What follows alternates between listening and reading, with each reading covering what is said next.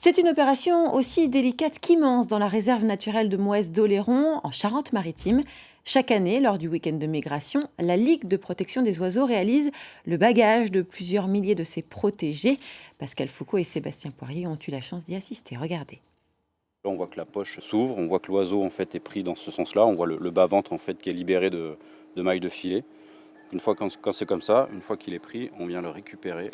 Le jour se lève à peine et Pierre Rousseau est déjà sur le pont.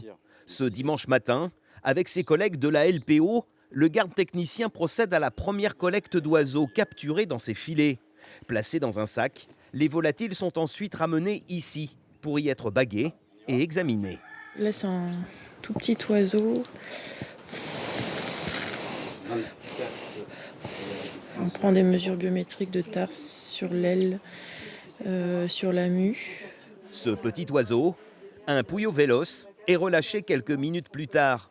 Même chose pour les rouges-gorges et autres fauvettes à tête noire collectées en ce moment. Un spectacle unique pour tous les lève-tôt comme Cécile, qui n'aurait raté ce rendez-vous pour rien au monde.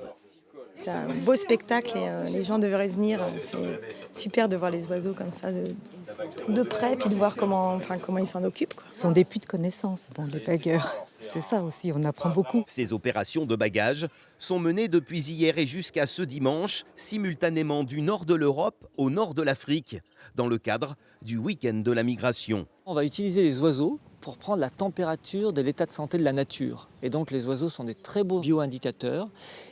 En fonction de leur état de santé, on va voir qu'il y a de la disponibilité alimentaire, donc il y a des insectes par exemple. Et donc le bagage permet cela. Ici, sur la réserve de Moës, gros spot de migration, ces opérations sont menées chaque année de juillet à novembre, depuis plus de 20 ans. Et en l'espace de 3 mois, 14 000 oiseaux ont déjà été bagués.